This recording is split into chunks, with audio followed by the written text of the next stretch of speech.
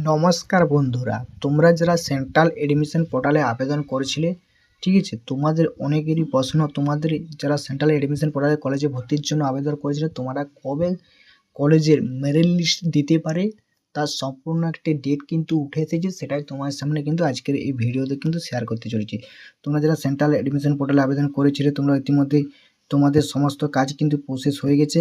এখন আপাতত কাজ রয়েছে, তোমাদের মেরিট লিস্ট কবে প্রকাশিত হবে সেটার অধীর আগ্রহ নিয়ে তোমরা কিন্তু বসে আছো। সেটাই তোমাদেরকে আজকের এই ভিডিওতে জানাতে চলেছি।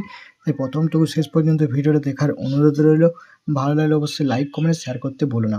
চলো, তোমরা হোম স্ক্রিনটা দেখতে পাচ্ছ 25শে আগস্ট, কিন্তু তোমাদের 25শে আগস্ট মেরিট লিস্ট পাবলিক হওয়ার কিন্তু প্রবল সম্ভাবনা কিন্তু জোরালো হচ্ছে, যেখানে কিন্তু সোশ্যাল মিডিয়া এই ডেটে ঘুরে বেড়াচ্ছে। তাই তোমাদের আশা করা যাচ্ছে 25শে আগস্টের পর থেকেই তোমাদের কলেজের মেরিট লিস্ট পাবলিক হবে এবং সবাই কলেজের নিজের কলেজের মেরিট লিস্টে চান্স পেয়ে যাবে। যেন প্রচুর সিট কিন্তু সংখ্যা কিন্তু খালি রয়েছে। সরকারি 9 লক্ষ সিটের মধ্যে প্রায় 3 লক্ষ 4 লক্ষর মতন সিট ভর্তি হয়েছে, বাকি সিট কিন্তু খালি রয়েছে। অনেক ছাত্রছাত্রীরা অন্য জায়গায় পড়তে চলে গেছে, যে কারণে সিট ভর্তি হয়নি। তাই তোমরা একটু অপেক্ষা করে দেখো, এবার তোমরা নিজের কলেজে কিন্তু চান্স পেয়ে যাবে এবং মেরিট লিস্টও পেয়ে যাবে।